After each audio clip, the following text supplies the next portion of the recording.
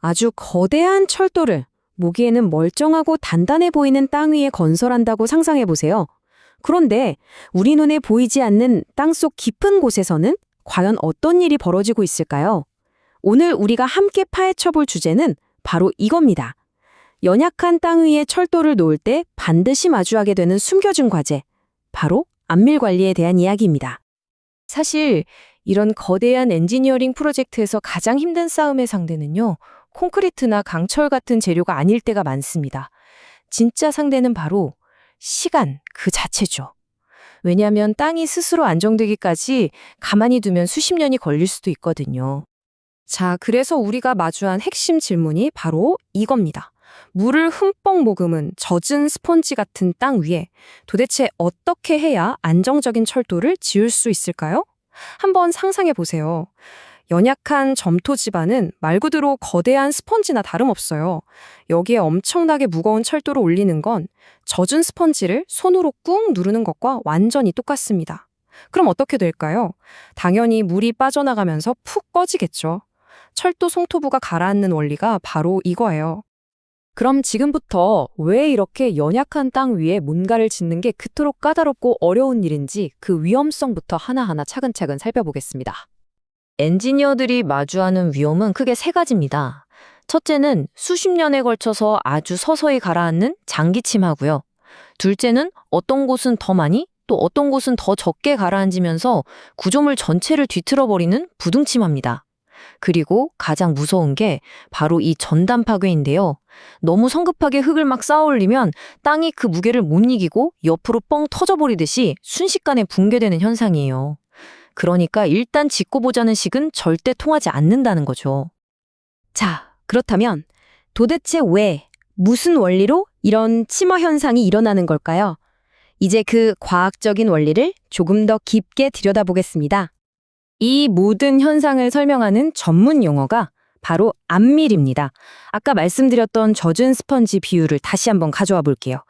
안밀이라는 건 무거운 하중 때문에 흙 속에 갇혀있던 물이 아주 서서히 빠져나가면서 땅의 부피 자체가 줄어드는 바로 그 물리적인 과정 자체를 말하는 겁니다.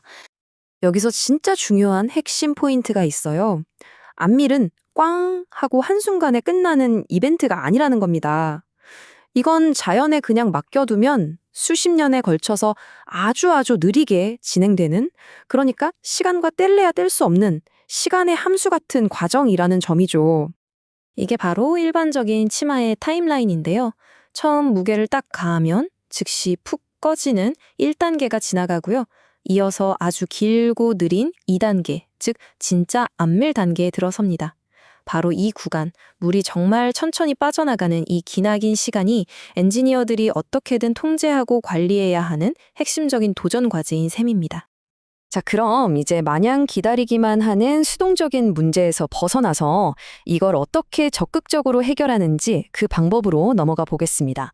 엔지니어들이 이 느린 압착 현상을 관리하기 위해 사용하는 아주 강력한 도구들이 있거든요. 공학적인 접근법은 크게 보면 두 가지 기본 원리로 나뉩니다. 들어보시면 아주 직관적이에요. 첫째, 물이 더 빨리 빠져나갈 수 있도록 길을 터주거나, 둘째, 더 강한 힘으로 꾹 눌러서 물을 강제로 짜내는 거죠. 배수를 개선하거나 압력을 더 가하거나, 이 두 가지입니다. 이런 원리들을 실제로 구현하는 대표적인 기술들이에요.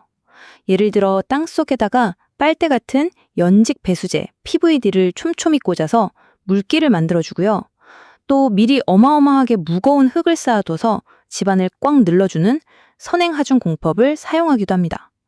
때로는 약한 흙을 파내고 단단한 모래기둥 SCP로 바꿔버리기도 하죠. 저희가 이해하기 쉽게 별명을 한번 붙여봤어요. 배수 촉진기, 압착기, 강화제. 어때요? 좀 감이 오시죠?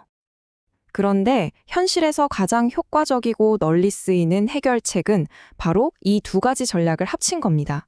그러니까 물기를 터주는 PVD를 먼저 설치한 다음에 그 위를 무거운 흙으로 눌러주는 선행하중을 가하는 거죠. 이 조합이 바로 이 분야의 업계 표준, 즉 국룰이라고 할 수 있습니다. 이 조합의 효과는요, 정말 극적입니다. 자연 상태에서는 수십 년이 걸릴 수도 있는 안밀 과정이 PVD와 선행하중 공법을 함께 딱 쓰면 그 기간이 무려 50에서 70%까지 줄어들어요.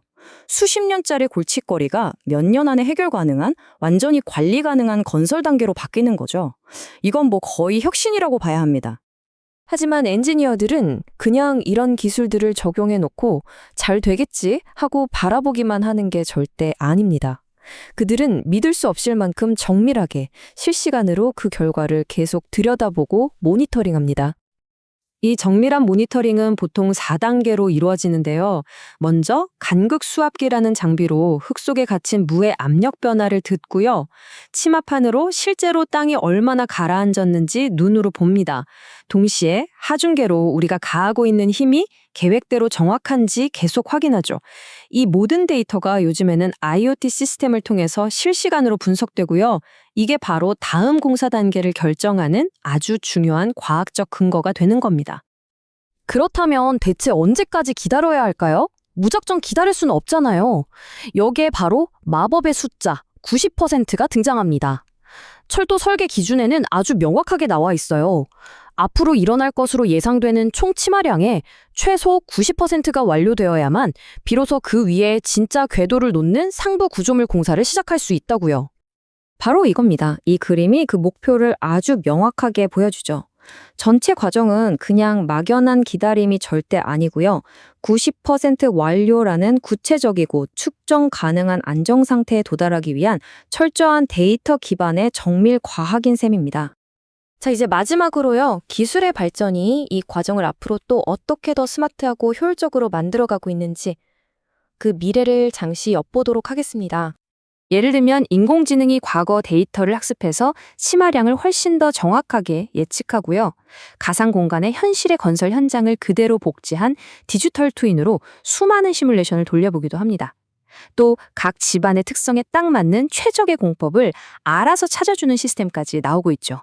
이 분야는 지금 이 순간에도 정말 빠르게 진화하고 있습니다. 결국 오늘 이야기의 핵심은 이것입니다. 현대의 집안공학은 더 이상 자연을 상대로 한 수동적인 기다림의 공학이 아니라는 것. 데이터를 기반으로 미래를 내다보고 그걸 적극적으로 제어하는 능동적인 예측의 공학으로 완전히 진화했다는 사실입니다. 오늘 분석을 마치면서 마지막으로 이런 질문을 한번 던져보고 싶네요. 이렇게 땅이 서서히 안정되는 과정처럼 우리가 그 원리를 더 깊이 파악하고 기술을 통해 예측하고 또 통제할 수 있는 또 다른 느린 자연현상에는 과연 무엇이 있을까요? 이 질문에 대해 한 번쯤 생각해 보시는 것도 재미있을 것 같습니다.